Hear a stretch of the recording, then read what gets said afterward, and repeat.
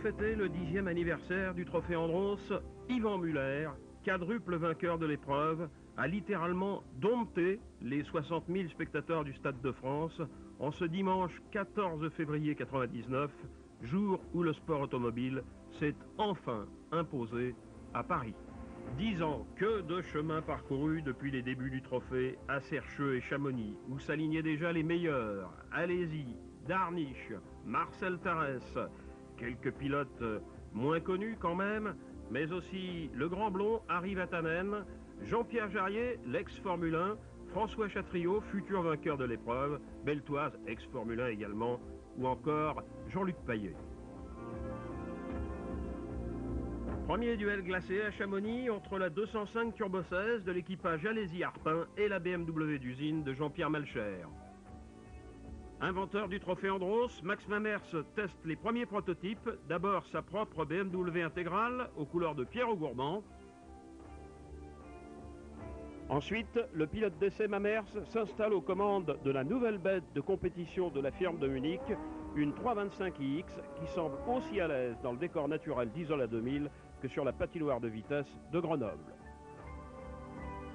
10 ans, que de chemin parcouru entre le premier podium improvisé d'Éric Arpin, vainqueur du Trophée 89, et celui grandiose d'Yvan Muller, vainqueur du Trophée 99 au Stade de France.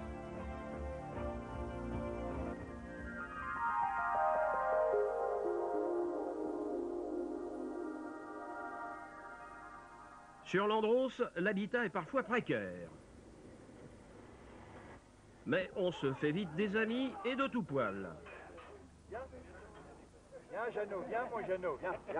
Viens, il est beau. Oh, il est beau, mon Jeannot. Oh, il est beau, oh, il est beau. Mon Jeannot, ça. Un seul danger, l'hypoglycémie. Petite salade baltique. Ensuite, nous passons sur un petit gigot à l'ail, suivi d'un gratin dauphinois, qui sera merveilleux. Max, regarde-moi un peu. Là. Voilà, comme ça. Avec les anciens. Voilà. Il y a du vin chaud à la buvette, ça, on vous met. Sur l'Andros, tout est prétexte à faire la fête.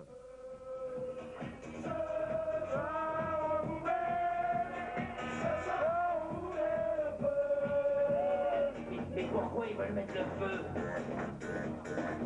Et pourquoi ils veulent mettre le feu?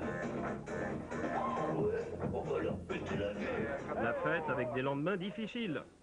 Va consommer, c'est très buenos dans l'ensemble mousse. Des circuitos, de la glaços, tout ça. Tout va bien. Bien, Benvenido. Salute. La fête avec des surlendemains bizarres. Fillon.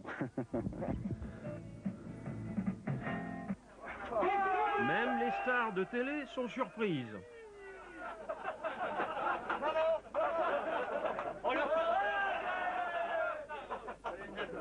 Ah, au secours, j'ai pas vu. Non,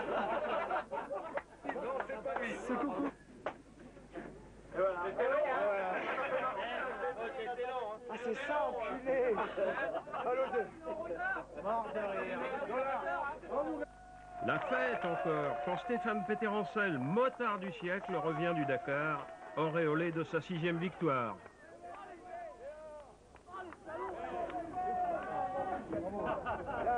Alors, les pipis.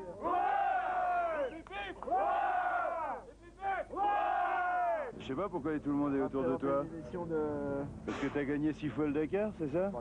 Affaires, on va quand même pas s'arrêter là-dessus. Bah non, hein, j'espère pas, parce que s'il suffisait de ça pour plaire aux gonzesses et puis aux caméras, eh ben ça sera un petit peu tristounet, hein, le sport. Hein. Facile le sport, hein. Ouais, tristounet, pas vraiment, car sur l'Andros, on peut même jouer au sauvageon et contre les forces de l'ordre.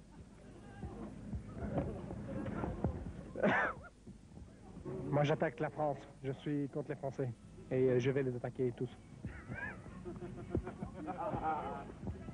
Merci.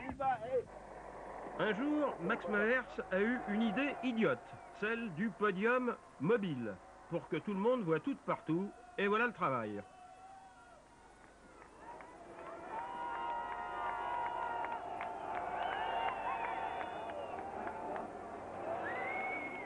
Un autre jour, l'équipe Seat a eu la riche idée du karaoké, et voilà le travail.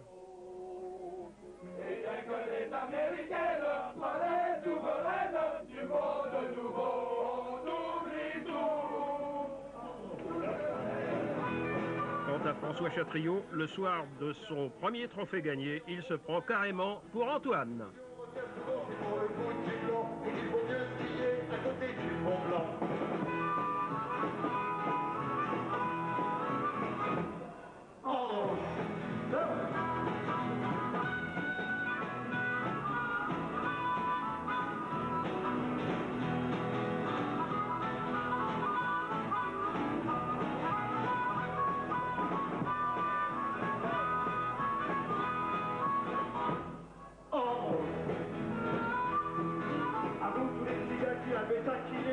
Je peux vous avouer, il en a transpiré. Et si l'année prochaine, on lui file une opelle, vous avez intérêt à lui couper les ailes.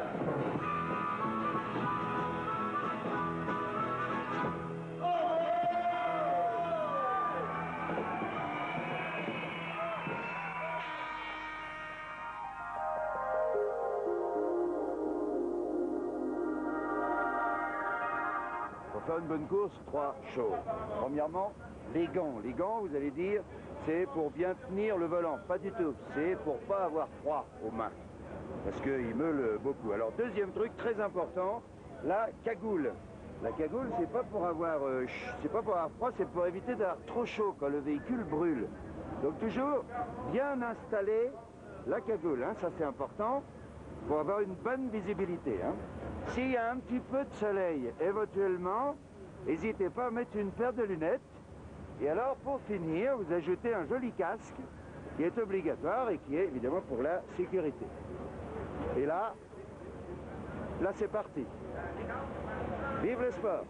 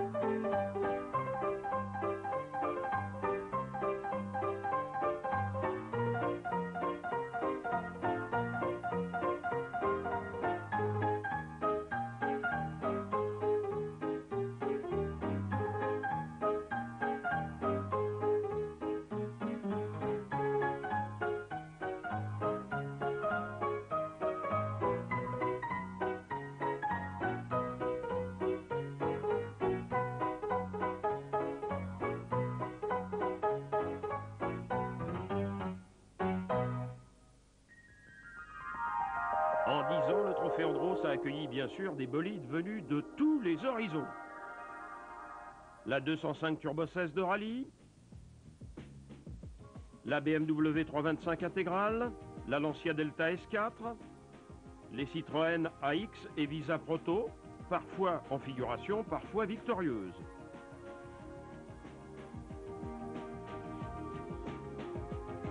L'incontournable BM Made in Tarès, l'improbable Fiat Panda, l'inusable Porsche 911, l'ancienne 205 Dakar de Vatanen, la superbe Mercedes de Snobeck, les BM tricolores de la grande époque, la BX AQV de Paillet, la grosse Venturi du Grand Beltoise, la Rover Metro, la deuxième version All Black des Mercedes, la deuxième version des BMW, la toute nouvelle Mégane longue queue, la 106 et la 309, une AX avec ramasse-miettes, l'Opel Corsa de Debias, une 2 chevaux verte mais pas vraiment écolo, une Mégane couleur de victoire, la première Opel Astra, la X aux couleurs de Flimo, la Twingo de Vincent Do, la BM version d'Ochonac, l'Opel victorieuse en 95, la première Tarès mobile couleur fluo, la nouvelle tondeuse Flimo, une 306, la nouvelle Seat Cordoba, la Golf de Paul Bourrion, la première victoire de BM, la nouvelle monture de Tarès, la Méga Speedy de Chauche, la Rover Metro 6R4, la première Nissan, la deuxième version de Seat, la 306 Flimo Evolution, la plus belle des DU, la nouvelle BM 318, la Z3 encore plus nouvelle, la Tigra dernière venue des Opel, la 306 de Collard, la Porsche Shell de Dérault, la Tigra déjà victorieuse, la BMW spéciale de Tarès, la Nissan la plus récente, la Mégane de Jeannot Lapin-Ragnotti, la Daewoo Yako, la nouvelle Opel Astra, la Xara, dernière conquête de Marcel, la Méga toujours là, et la coccinelle Beetle de Dillman.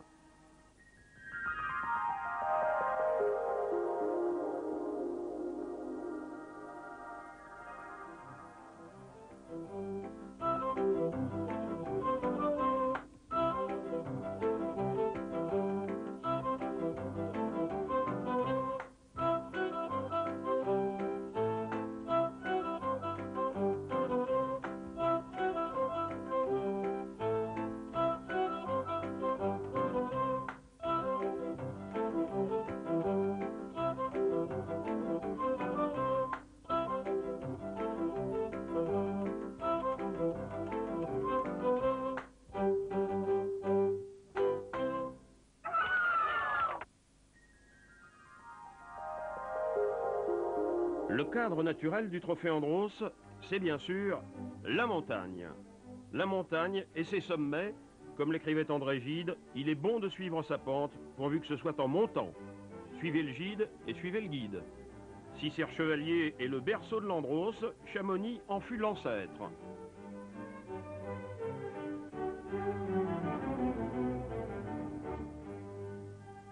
Lens, c'est la moyenne montagne, un vrai village, une vraie forêt, une vraie ambiance de spécial de rallye, toujours en nocturne, une tradition.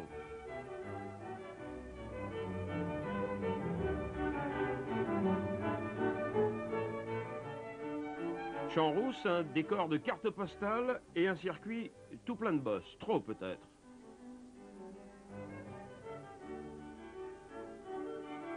Isola 2000, la haute montagne, des conditions météo souvent extrêmes et des murs de neige légendaires.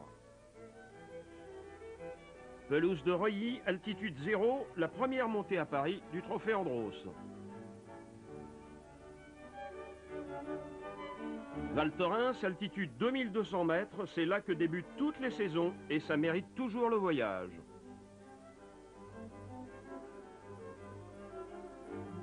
À la Bresse dans les Vosges, le Trophée Andros découvre son public le plus chaleureux dans un décor d'une austérité authentique.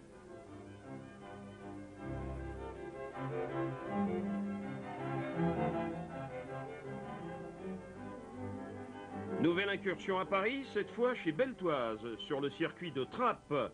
Trappes transformé en Chausse-Trappes pour un certain Christophe de Chavannes.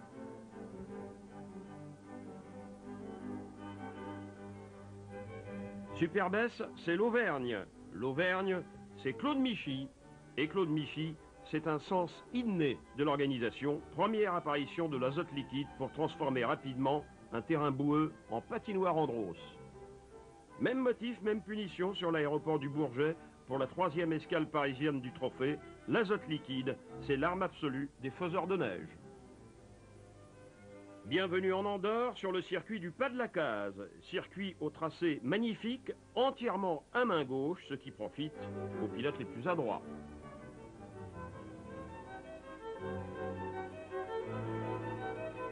À l'Alpe d'Huez, patrie des grimpeurs du Tour de France, la station s'offre le luxe d'un circuit au pied des immeubles, une autre version du pignon sur rue.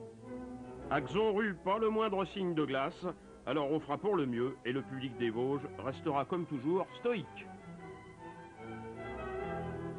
Enfin, au Stade de France, à l'entrée des artistes, les vedettes ne sont plus les crampons de Zinedine Zidane, mais les pneus cloutés de Jacques Lafitte. Dieu que la montagne est belle, même quand c'est en plaine.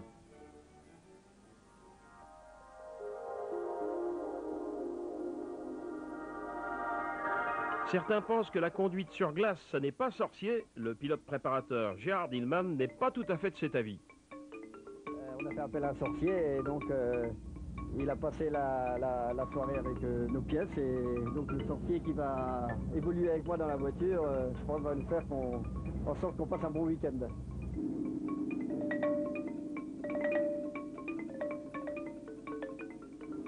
Avec ou sans magie noire, une course de l'Andros n'est jamais gagnée d'avance. À preuve, 15 janvier 95 en Andorre, Marcel Tarès n'a plus que quelques dizaines de mètres à couvrir quand sa voiture, soudain, déclare forfait.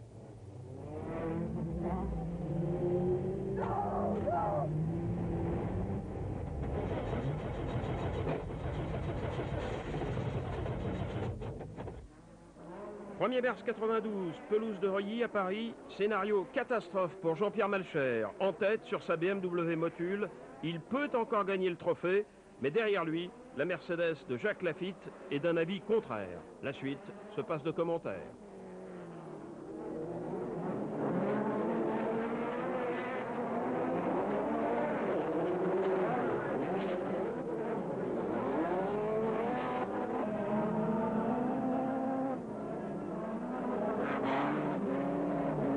Janvier 97 à Lens-en-Vercors. La nuit s'annonce belle pour Jean-Philippe Dérault sur sa Porsche. Il suffit d'une étincelle dans le tableau de bord pour que tous ses espoirs s'envolent en fumée.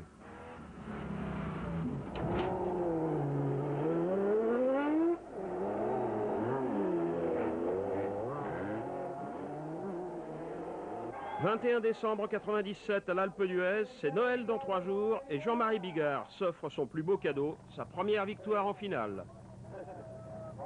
Paris-Le Bourget, 6 mars 94, Chauge gagne le trophée sur Méga, son premier sourire depuis des lustres.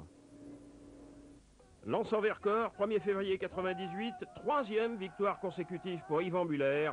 Ni lui, ni son équipe ne savent qu'il y en aura une 4e. 11 février 95, Superbès, James Ruffier termine en vrac sur sa Rover Métro. Une place d'honneur ce soir-là lui suffisait. Il gagne la catégorie promotion.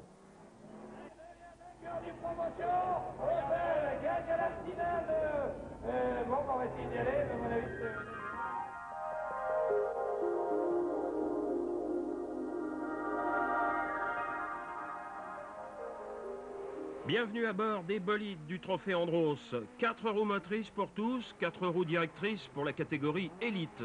Des moteurs de 350 à 500 chevaux, des vitesses de pointe de plus de 150 km/h sur de vraies patinoires de haute altitude, comme ici, à Isola 2000, où les murs de neige bordant le circuit excluent toute fausse manœuvre.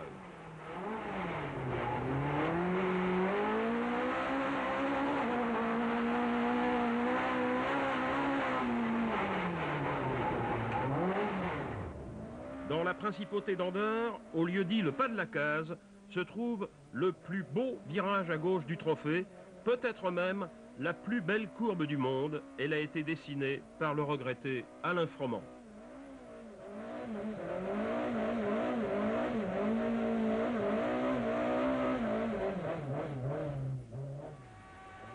Et puis Serre Chevalier. Serre Chevalier, le circuit où tout a commencé il y a 10 ans. Altitude 1350 mètres, longueur 900 mètres, largeur 10 mètres. Record du tour absolu, 50 secondes 461 millièmes, Yvan Muller.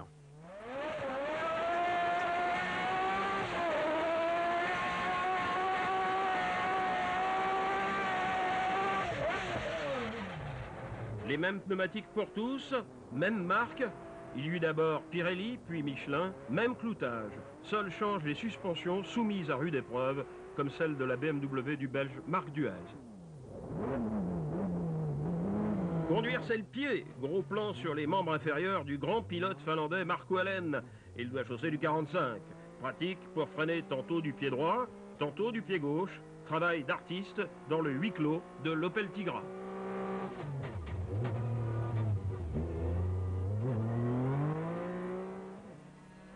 Caméra espion à l'arrière de l'Opel de Châtriot. Nous sommes à Serre Chevalier. Il y a du monde derrière, sur les côtés et bientôt plus personne devant. Les chronos tombent, les moteurs miaulent, les spectateurs applaudissent, les voitures valsent.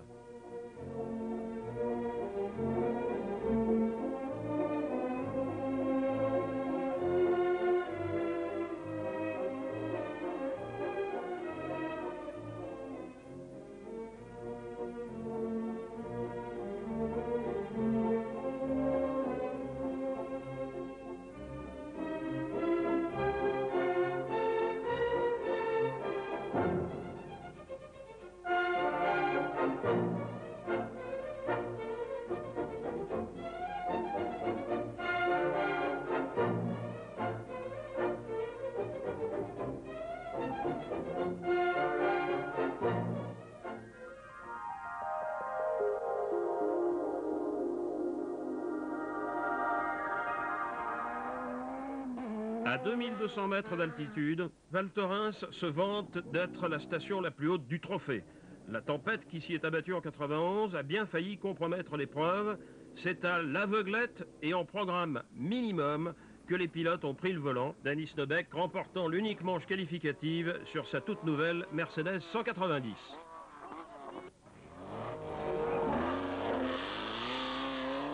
Cinq ans plus tard, à Isola, c'est une mauvaise surprise qui attend le même Snobeck. Son camion atelier, pris dans les avalanches, fera un chrono pitoyable pour atteindre le circuit, coupé de la vallée et pour tout dire du reste du monde.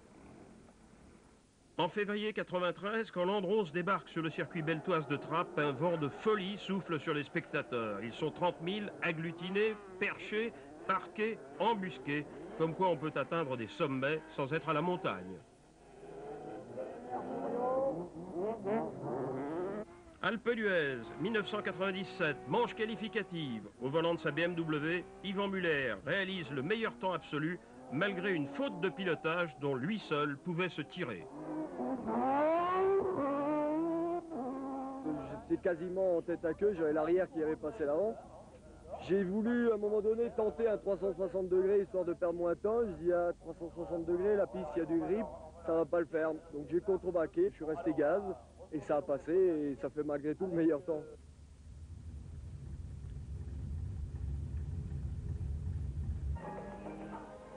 Inoubliable encore, les premiers tours de roue de l'une des plus belles femmes du monde, Estelle Hallyday, quand même plus à l'aise sur les podiums de mode qu'à la course au podium de l'Andros. N'est-ce pas, professeur Mamers? Mais t'as vu que le pire de toutes les fautes sur la glace, à la limite, c'est quand tu as pas assez confiance, c'est le sous-virage. Super bien. Après la Wonder Woman, la Dream Team de Mercedes, de bien beaux militaires, comme on aimerait en voir plus souvent.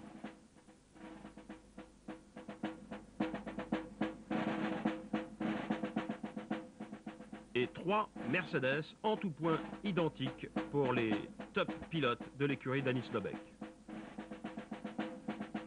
Après l'armée, la marine. Bonjour matelot. Laurent Bourgnon, navigateur, pilote de la X-Porsche numéro 45. Ça glisse? Non, ouais, c'est génial. C'est ma première expérience aujourd'hui. Ils m'ont invité donc sur le trophée Andros à Isola 2000 et c'est exceptionnel. Qu'est-ce qu'on peut retirer justement de cette expérience? Ben, on en reparlera dimanche soir, mais moi, ça m'a au moins donné l'envie. Et je sais que j'ai envie de tourner un petit peu après, mais hors course, vraiment d'apprendre vraiment bien à balancer la voiture, à faire le transfert des masses, à faire vraiment le pilotage, quoi. Ça s'apprend, hein. C'est pas comme ça la première fois qu'on peut faire marcher bien. Justement, c'est une découverte alors en fait. C'est totalement une découverte, c'est une surprise, une bonne surprise. Et je crois que je vais bien aimer et on verra plus tard. Ça doit changer du vent dans les voiles. Ah là, ça avoine. Ouais, là, ça c'est un moteur Porsche qui fait 326 chevaux. C'est impressionnant quand on est collé au siège. C'est exceptionnel. Qu'il pleuve, qu'il vente, qu'il neige, le public de l'Andros est toujours chaud, surtout dans les Vosges. Et surtout quand débarquent les gladiateurs modernes, ce que les autres tentent sur 4 roues, ils le font à moto.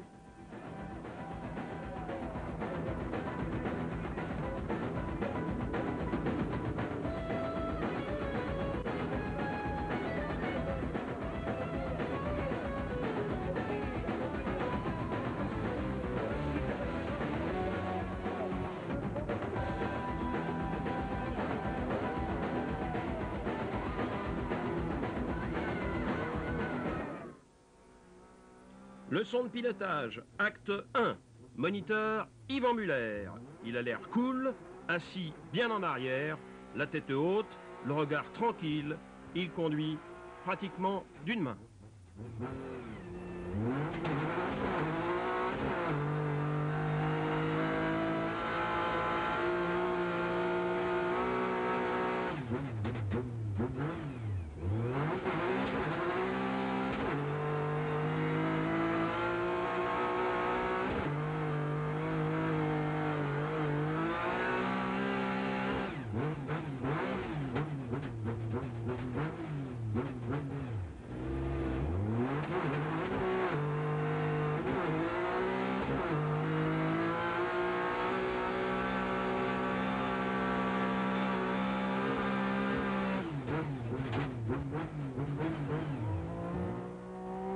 Leçon de pilotage, acte 2. Moniteur Marcel Tarès. Un style beaucoup plus heurté que Muller. Le volant n'est plus caressé mais soumis. Les vitesses passées à la volée.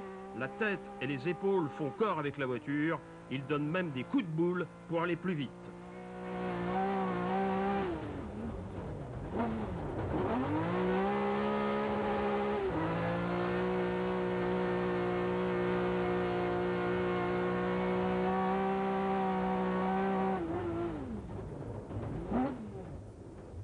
Muller et Tarès, le félin et le rapace, deux tempéraments, deux techniques différentes, mais des chronos souvent voisins de quelques centièmes de seconde.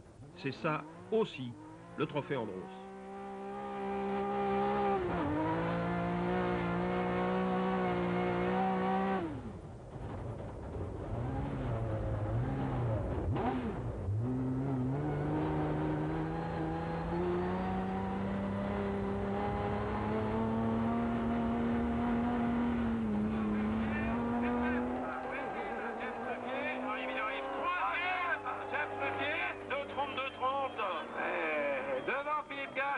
Devant Marc Wellen et Jean-Pierre Riquelme, 8e. Oh, c'est superbe.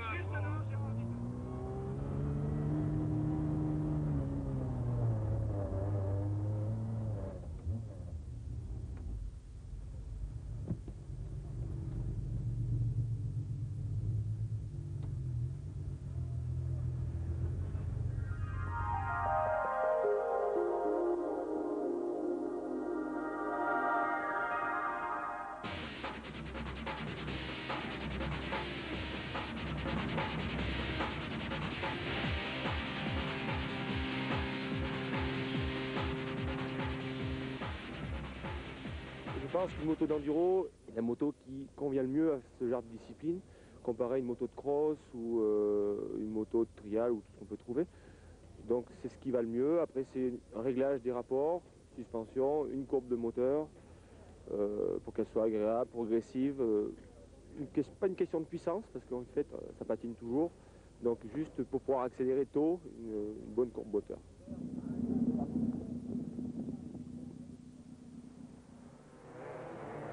Spectacle suprême de l'Andros, le pilote bike cohabite avec les courses de voitures grâce à un accord sans précédent conclu entre les présidents des fédérations auto et moto.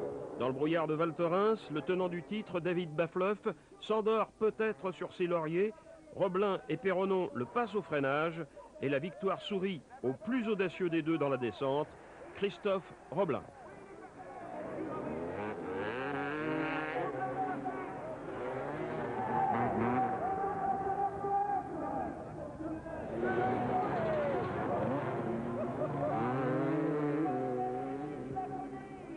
C'est sympa, il y a une bonne ambiance, ça devient de plus en plus professionnel, l'organisation est très bien, les pilotes s'organisent et s'entraînent de plus en plus, donc c'est vrai que ça devient de plus en plus pointu, mais pour nous c'est vrai que c'est formidable. Là on est là pour s'amuser, on s'éclate, on roule, on glisse, et on est surtout une bonne bande et on rigole bien, c'est important.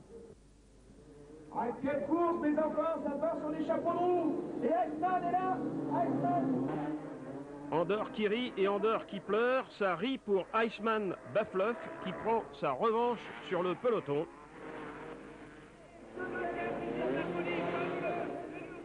Ça pleure pour la star Éric Bernard qui n'évite pas la galipette.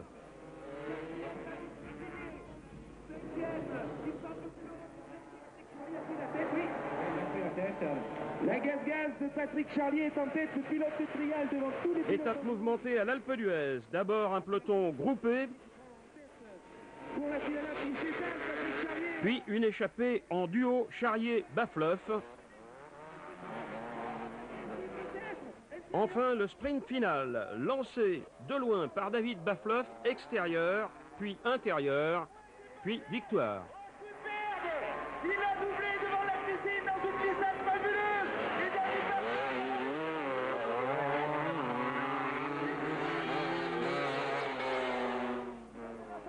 À Xonru dans les Vosges, sur une piste digne de l'enduro, David Bafloff, maillot vert de leader, fait encore une fois étalage de toute sa classe. N'hésitant pas à prendre des trajectoires extérieures et s'appuyant sur les talus, Bafloff s'impose au détriment de José Perronon, accrocheur jusqu'au bout, mais décroché sur la fin.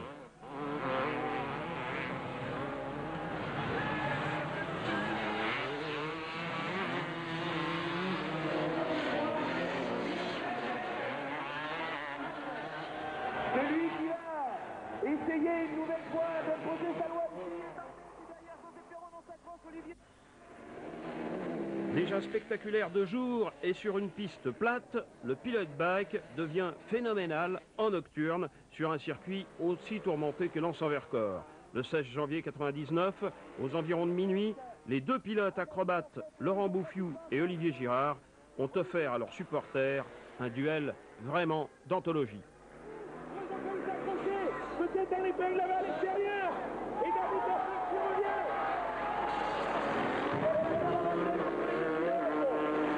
Toujours Laurent Bouffiou avec Olivier Girard. Et victoire finale, la première pour Laurent Bouffiou. Lui devant et tous derrière, à Serre Chevalier, cavalier seul de Bafloff qui dépose tout le monde dès les premiers tours de roue.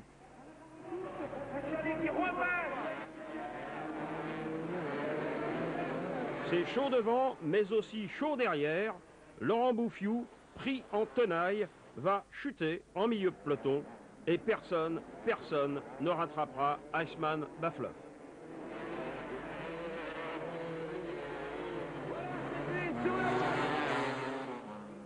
Enfin, le final de rêve à Superbès, berceau du pilote bike, le trio infernal, Éric Bernard, David Bafloff, Stéphane Petterancel. Victoire d'étape pour Éric Bernard, une roue arrière en signe de triomphe, sans oublier la tradition en Auvergne, la visite au public, les figures libres après les figures imposées. Allez José, on se divise. Allez José, José, le slipis. Félicité par Max Mamers, Frédéric Gervoson et Yves Bastiment, David Bafloff s'impose pour la deuxième année consécutive.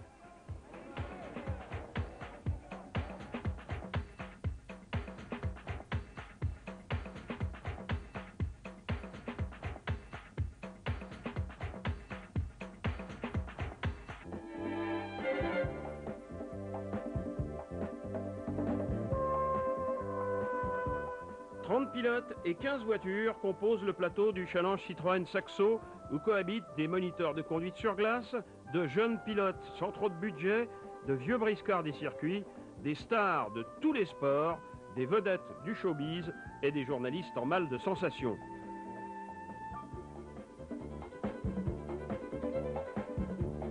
Les courses se déroulent en peloton, les portières et les capots souffrent généralement, les spectateurs adorent, les concurrents s'amusent, tout le monde en raffole.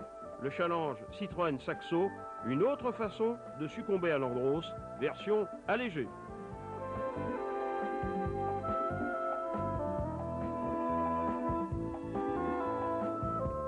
Au classement final, victoire de l'homme aux deux prénoms, David Henry.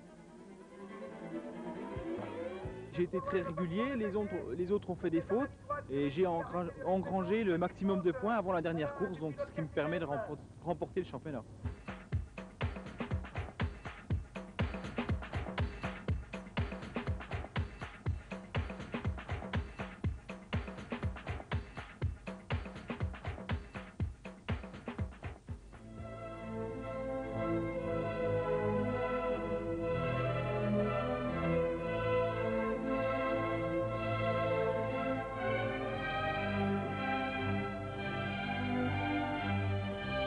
Hors de sauvage en promotion.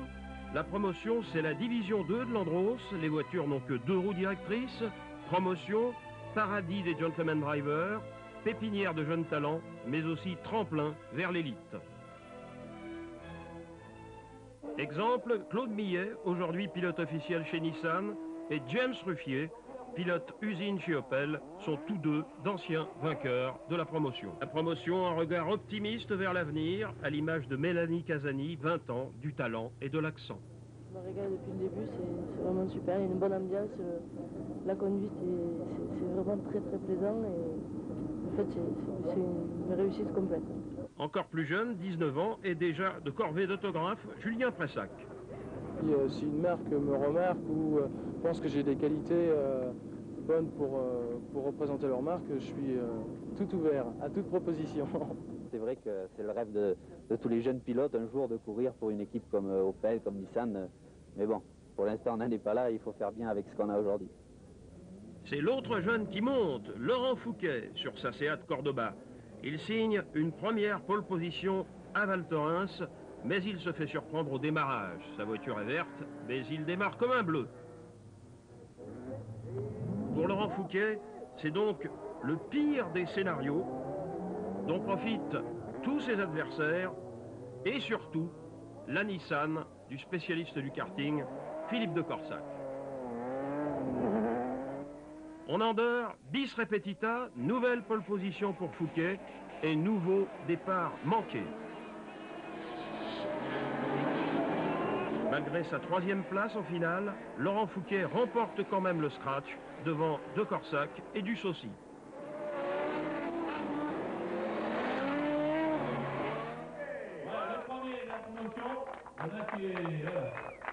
À l'Alpe d'Huez, patrie des maillots jaunes, c'est justement la Nissan jaune de Guilhem du Saucy qui s'impose à la régulière, donnant pour la suite des événements une petite idée de la combativité de l'équipe japonaise. Nissan, ça promet.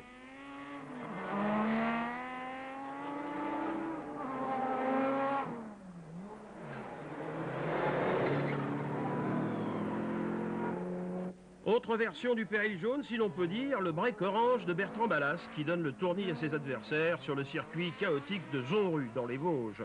Drôle d'idée que d'aligner une Subaru Forester dans le trophée Andros. Plus d'une tonne, c'est très lourd dans les virages. Mais le pari est gagné par le plus jeune des frères Ballas qui remporte sa finale, tandis que la Nissan de Guilhem du Saucy s'impose au scratch.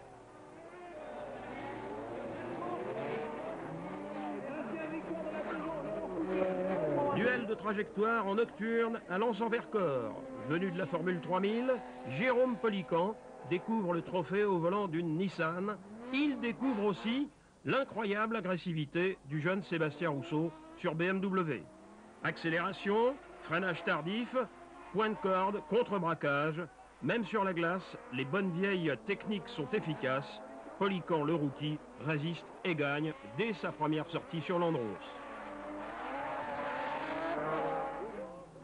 Changement de décor et nouveau vainqueur à Serre-Chevalier, Bertrand Vincendo impose sa Mégane, alors que Laurent Fouquet, Laurent le malchanceux, trahi par sa boîte de vitesse, se laisse dépasser par Guilhem Dussaucy, Laurent Gingembre, Patricia Bertapel, puis par Philippe Gerbozon. Presque surpris d'avoir gagné, Vincendo franchit la ligne d'arrivée, comme les grands, portière ouverte et main levée. Superbès, dernière manche du trophée, victoire d'étape pour le journaliste devenu pilote Yvan Lebon sur BMW. Deuxième et vainqueur du classement général promotion, Philippe de Corsac, qui rêve déjà d'un avenir en division 1 avec l'élite de l'Andros. Et pourquoi pas, dès l'an prochain.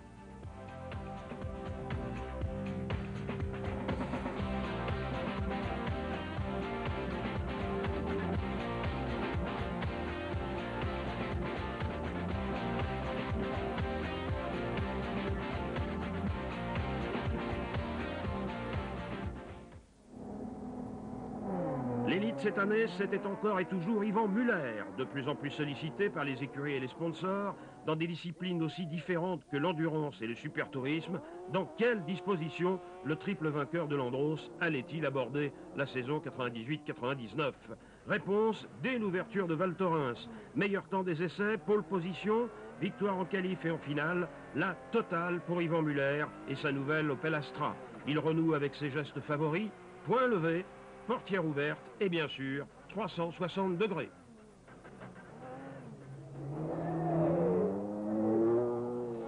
Domination encore plus nette sur le circuit de l'Alpe d'Huez. Les adversaires de l'Opel Astra semblent figés au démarrage. Rien ni personne n'arrêtera Yvan Muller, sauf bien sûr le drapeau à damier.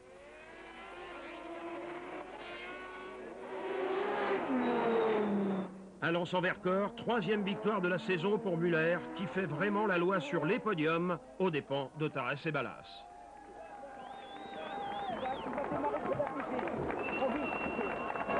Enfin, au soleil de Serre-Chevalier, c'est bien l'étoile Muller qui brille en piste pour sa quatrième levée d'un grand chelem d'anthologie. Muller n'est vraiment pas un pilote comme les autres. D'ailleurs, il refuse qu'on filme ses pieds, preuve qu'il a quelque chose à cacher. La légende de l'Andros dit que cet homme-là a un secret. J'essaye d'attaquer à outrance sans arrêt, et puis a priori ça passe. Donc j'arrive à rester régulier en attaquant à outrance tout le temps. Vous disiez hier, il n'y a jamais un instant sur la piste, jamais un tour où vous faites la même chose, c'est vrai ça? C'est vrai, souvent, c'est pour ça on me dit quelle est la règle, quel est le secret. Il n'y a pas de règle, il n'y a pas de secret non plus. Je dis, il n'y a pas un tour, il n'y a pas un virage où je fais exactement de la même manière. C'est selon ce que la voiture elle me demande, c'est selon la piste dans l'état où elle est. J'essaye de rester sur la piste et puis après, bon, ben, ça fait les temps. Des temps, des résultats qui rejaillissent sur toute l'équipe Opel, Muller, mais aussi Ruffier, Elary, Snobeck et Marco Allen. Ruffier, justement, c'est l'autre vedette des jaunes, le jeune talent qui monte et qui gagne sa finale de l'Alpe d'Huez en cueillant au passage le scalp de l'Indien Marcel Tarès.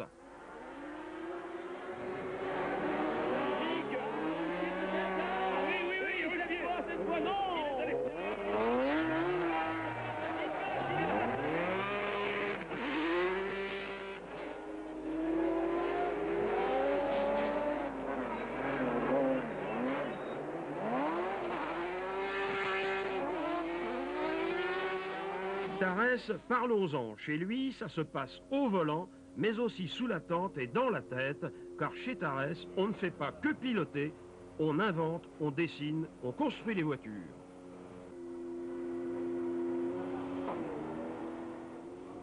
On est obligé, avec mon équipe, de se construire une voiture de toutes pièces.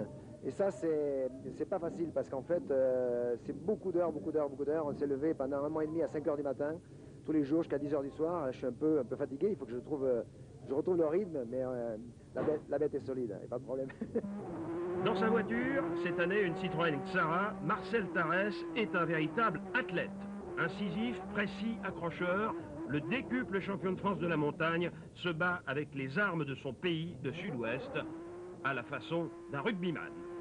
Avec ce style plein de panache et malgré une voiture souffrant de quelques péchés de jeunesse, Tarès se montre une fois encore le plus sérieux rival d'Yvan Muller. Deuxième à Val Thorens, deuxième encore à l'Alpe d'Huez. Et pendant qu'on y est, deuxième toujours à Lens-en-Vercors, sur ce circuit aux allures de spécial de rallye, où Bertrand Ballas et Philippe Gache lui mèneront cependant la vie dure jusqu'au drapeau à damier.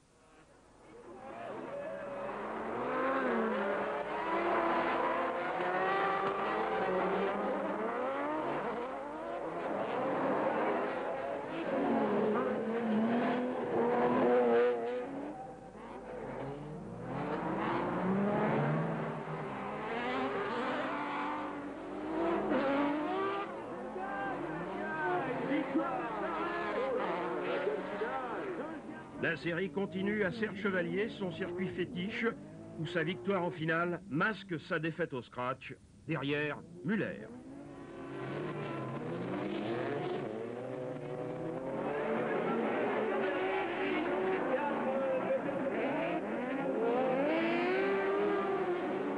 Mais non, c'était écrit quelque part sur le roadbook de sa carrière. Cette année encore, Marcel Tarès terminera deuxième d'un trophée dont il n'a pas manqué une seule course en 10 ans, mais qu'il n'a jamais gagné. Marcel, l'éternel second de Landros. Une fois tout de même, Tarès a pris la première place, et de mémoire de speaker, jamais victoire ne fut plus belle.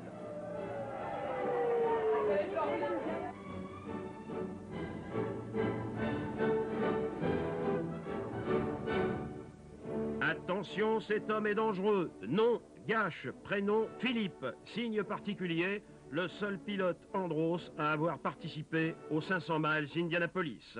Ses démarrages sont foudroyants. Entre ses mains, la petite française de 430 chevaux, la Méga, retrouve une seconde jeunesse. Attachons nos ceintures, avec Gache, Andros, ça n'est plus de la chorégraphie.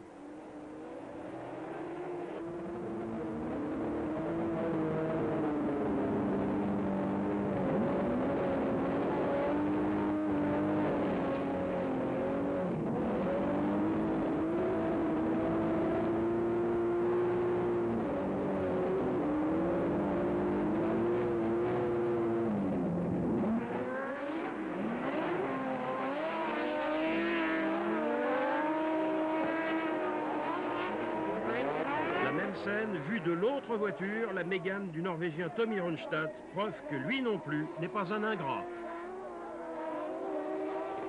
À Xonru dans les Vosges, un circuit noir de monde, une piste cassante et dangereuse, le terrain idéal pour Philippe Gache qui remporte une victoire aussi impressionnante qu'inattendue. Ce jour-là, les Opel n'ont rien pu faire contre le pilote d'Avignon et sa petite voiture française, propulsée par un V6 Honda au tempérament rageur.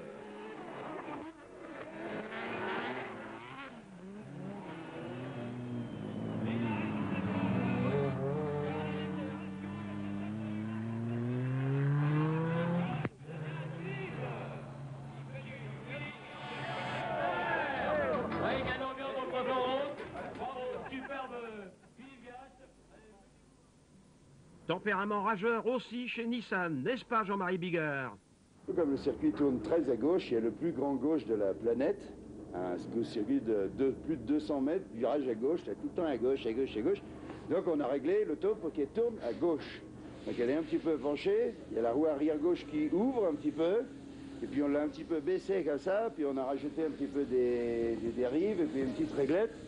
Les gars, ils ont bossé comme des lions, et normalement, je ne vois pas ce qui va nous interdire de gagner. Hein.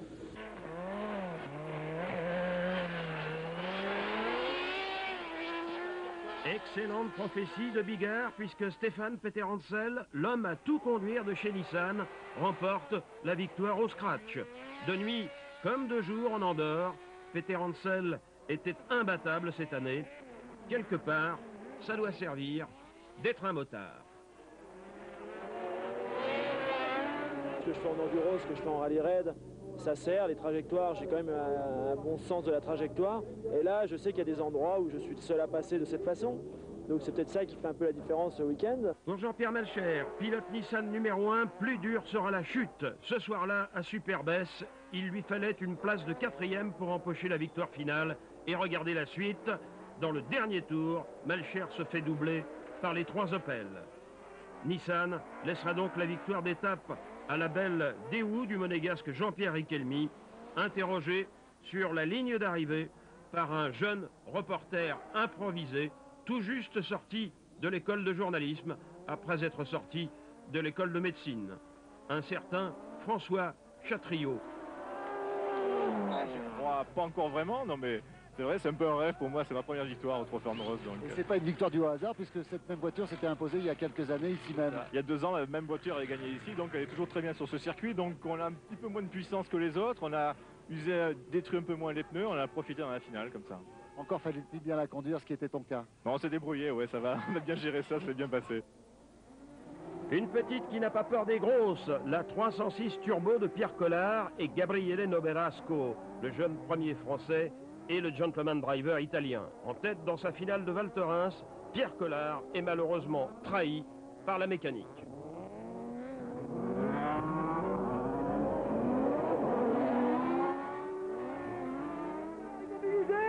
Immobilisé, Pierre Collard est sorti. Aïe aïe aïe aïe aïe, Pierre Collard qui avait tout gagné. À l'Alpe d'Huez, puis à Serre-Chevalier, la Peugeot de l'écurie Technodyssée se vengera en terminant respectivement 5e et 6e au classement général. Comme les meilleurs, la Peugeot dispose des solutions techniques les plus sophistiquées, carrosseriel léger, Kevlar carbone et boîte de vitesse séquentielle obéissant à la simple pression du poignet.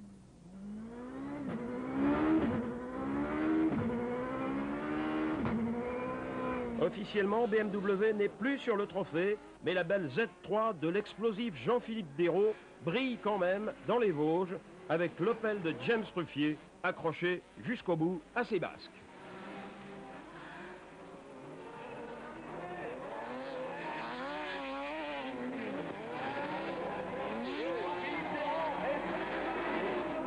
Sans oublier les stars de l'Andros, Jean Ragnotti et Saint-Mégane, le couple de la F1, René Arnoux et Jacques Lafitte,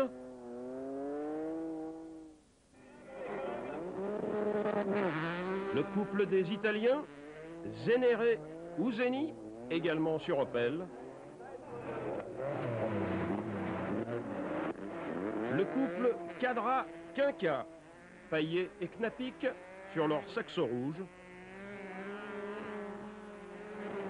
la Porsche de Jean-Claude Dérault, le père de Jean-Philippe, et la toute nouvelle Beetle Volkswagen de Gérard Dillmann, 500 chevaux sous le capot, ancien moteur de Formule 1. Dillmann ne se prive de rien.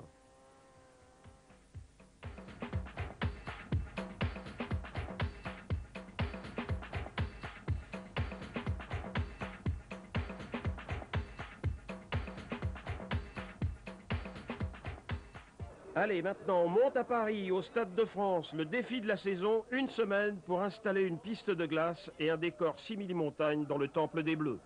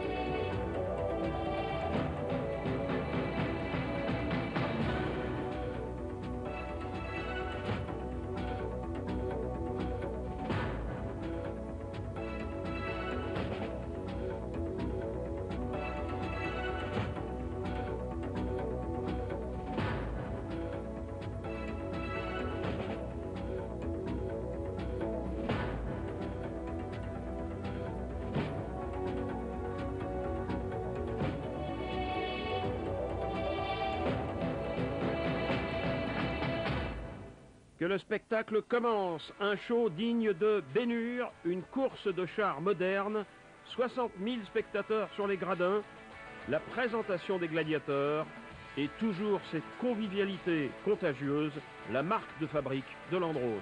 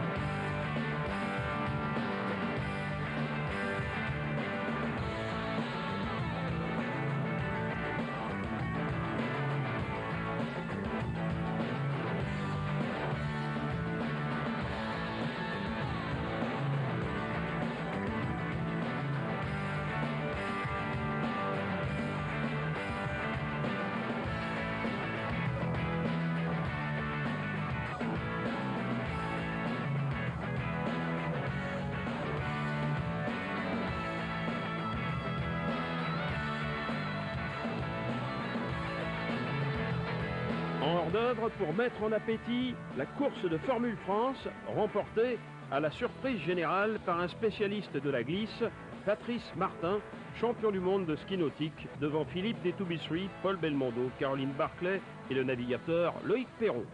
Premier grand moment du Stade de France, les motards du pilote bag sont lancés complètement à droite de l'écran. Stéphane Peterencel, 6 fois vainqueur du Paris-Dakar. Casque rouge et bleu, ici à la corde, Peterencel prend un départ relativement prudent derrière Laurent Bouffiou.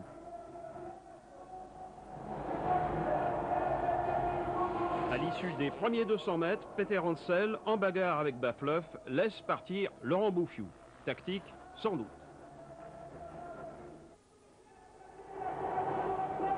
Un tour plus tard, le retard est comblé, Bafleuf est distancé, Peterencel est revenu à hauteur de Laurent Bouffiou, l'empoignade est magnifique. Commence alors le 3e tour et la faute, la petite faute qui ne pardonne pas.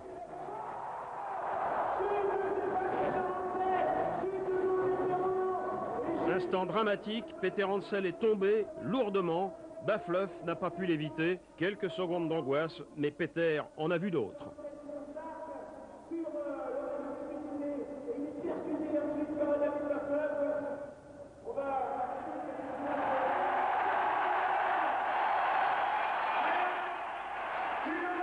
Tous les cavaliers savent ça, il faut remonter à cheval après une chute. Alors, sous les vivas du public, Peter se remet en selle, Peterencel se remet en grille et va reprendre le départ.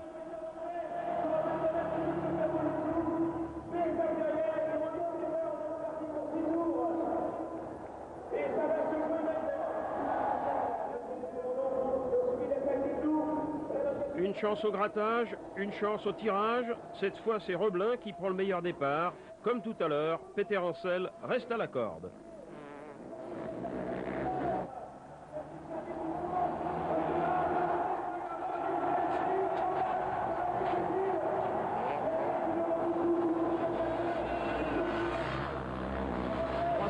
Parcouru, Peterencel déjà en position d'attaque, on le sent qui trépigne.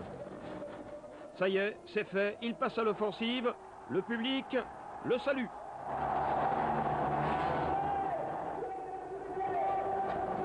Dernier tour pour le motard du siècle, il y a quelques minutes, il était au sol, on le croyait blessé, le voici qui triomphe au Stade de France. Aussi à l'aise sur la glace de l'Andros que dans les sables du Dakar, Peterencel ne connaît décidément qu'une place, la première.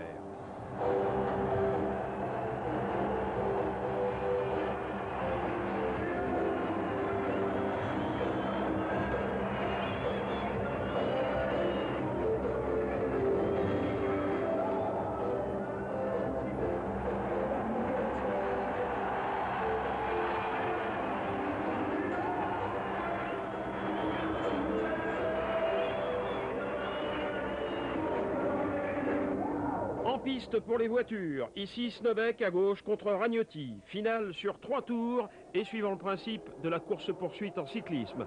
Départ simultané, les adversaires de part et d'autre de la piste, un seul juge, le chronomètre. Difficile de penser que les 2 virages ne sont pas identiques et pourtant, la courbe Zidane, celle où le numéro 10 de l'équipe de France de football a marqué ses 2 buts contre le Brésil en finale de la Coupe du Monde, accuse un léger dévers. C'est là que Snobek va faire la différence, insensiblement, pour éliminer Jean Ragnotti.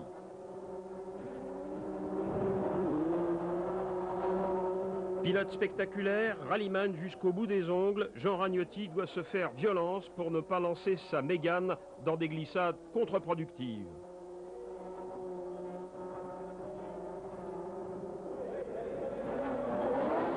Deux fois vainqueur de l'Andros, 3 fois champion de France de production, Danny Snobek est au contraire un pilote de circuit. Ses trajectoires sont parfaites et naturelles.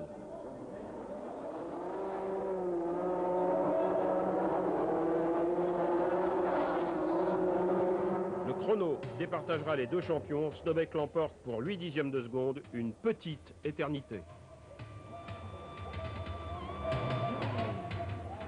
Qualifié pour les 8e de finale, Jean-Pierre Malcher, Hervé Knapik, Gabriele Noberasco, Jacques Lafitte,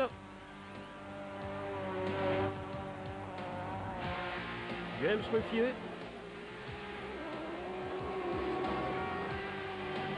Jean-Philippe Dérault, Bertrand Vincendo, Philippe Gache,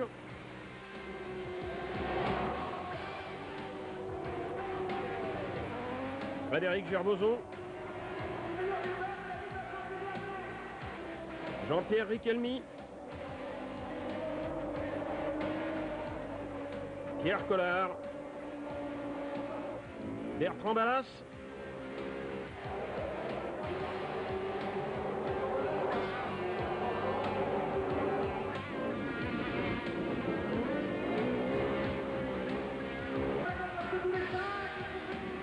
Marcel Tarès,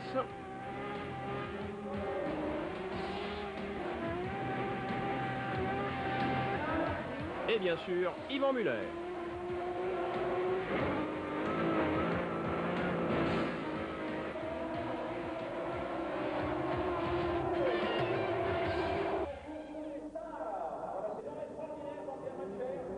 Les demi-finales se disputent en une manche, une revanche immédiate et si besoin une belle. Malcher sur Nissan contre Muller sur Opel.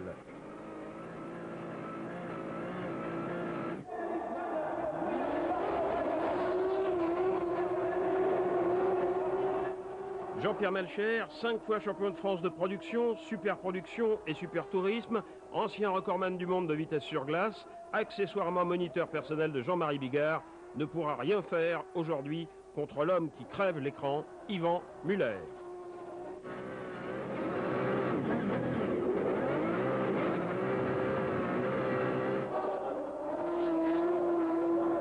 Toujours désarmant, de facilité, de décontraction, Muller l'emporte 2 manches à 0.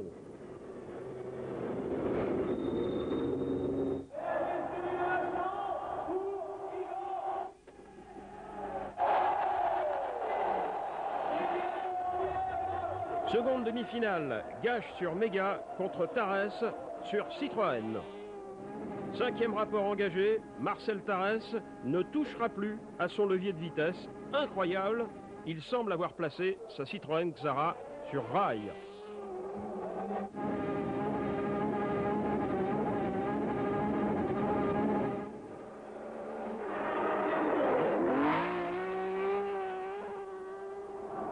Au volant de sa Mega, le sprinter d'Avignon, Philippe Gache, l'un des bons amis de Jean Alési, a beau sortir son meilleur pilotage, c'est Tarès qui aura le dernier mot.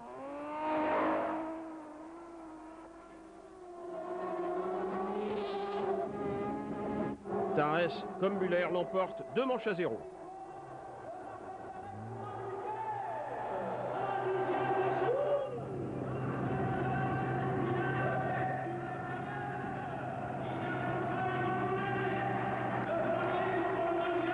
Convivialité oblige, on partage tout sur le trophée Andros, y compris les victoires Yvan Muller le sait, Marcel Tarès le sait aussi.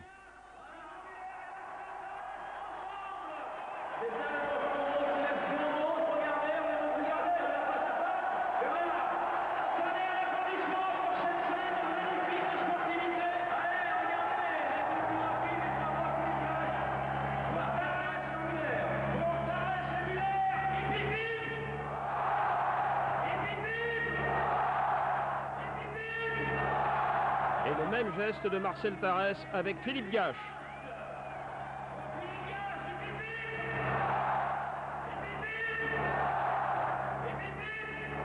Place maintenant à la finale telle qu'elle a été commentée en direct sur France 2 par Thierry Blanco et Philippe Alliot. On va voir le panneau des 5 secondes et c'est parti.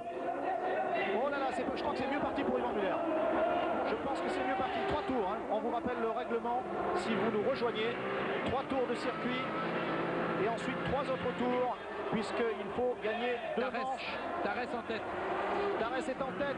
Oh!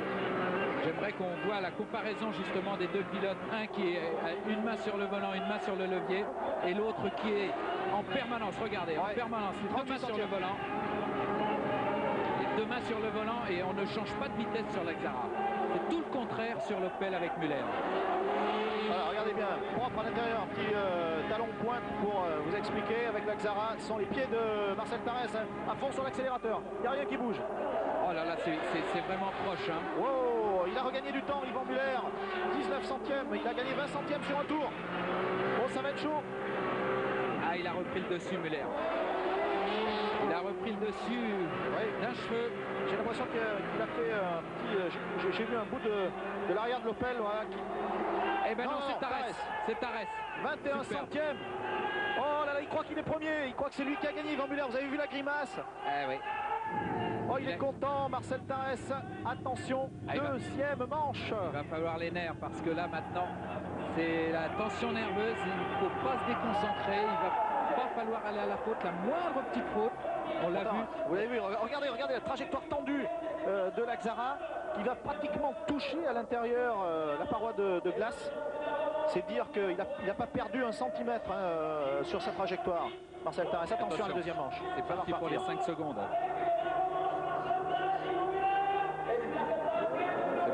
C'est parti, il me semble encore que c'est mieux parti pour Marcel Tarès. Je ne veux pas m'avancer, mais je crois qu'il a pris un meilleur départ. Ça n'est pas fait, il reste 3 tours. Toujours compteur bloqué en 5e. Ah oui, nettement en avance Tarès, nettement en avance. Oh, Yvan Muller va perdre cette super finale. Yvan Muller va... Oh là là là, c'est vraiment très très tendu entre les deux. Ah, ça serait une belle récompense pour Tarès. Oh non, il va à la faute, il va à la faute. Non, c'est fini. Et il y avait 16 centièmes, il est allé à la faute, Tarès. Ah oui, il a fait une grosse faute là qui va lui faire perdre au moins 2 secondes. Ah, je ne sais pas, attention, on va... Ah, il s'arrête. Il s'arrête, il a un problème.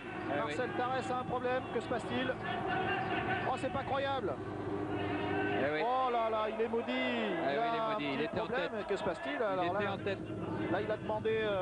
écoutez, je ne comprends pas. Là, je ne sais pas du tout ce qui s'est passé. Voilà. Ennui mécanique. Ennui mécanique. On va en savoir plus s'il veut... Il rentre... voilà, donc il rentre au paddock. On ne saura pas ce qui s'est passé. Si. Arnaud? Si, je suis juste avec Marcel Tarès. Allez-y. Alors, vous avez l'air très déçu, limite furieux en rentrant dans les stands tout à l'heure. Ouais, c'est normal. Pour une fois que je pouvais battre Yvan. C'est une pièce mécanique qui, à 2 francs 6 sous, qui casse un cardan. Prochaine fois.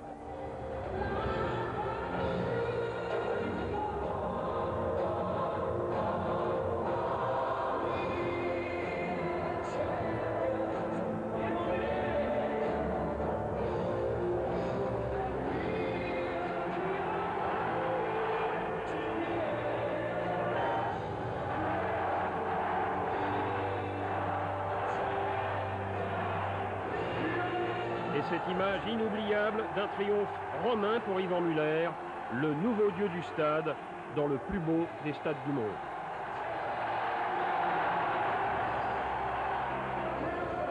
Bienvenue, cher Yvan, dans le club très fermé des vainqueurs du Trophée Andros.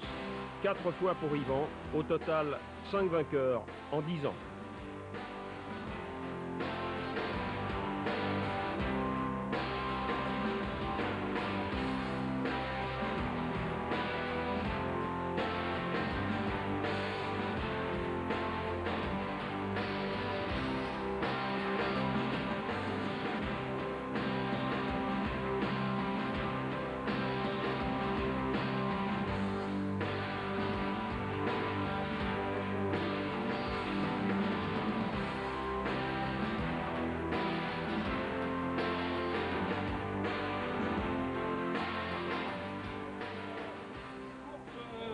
dire pour du beurre.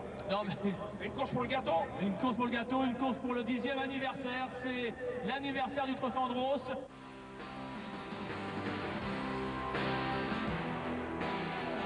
Une course un petit peu truquée puisque pour la bonne cause, Yvan Muller est parti dernier, mais regardez bien, il est déjà dans le milieu du peloton et, incroyable mais vrai, il terminera, comme d'habitude, premier, une nouvelle version de la chevauchée fantastique.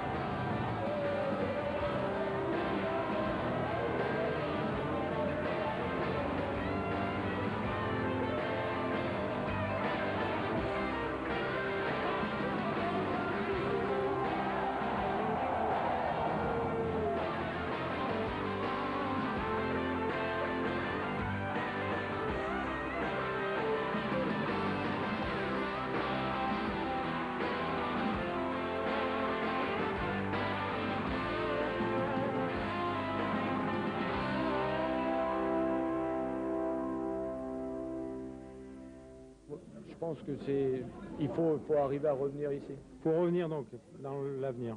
Oui, je pense qu'il faudrait. Ouais. Merci Yvan, merci pour cette belle saison. Et merci Andros pour ces 10 ans.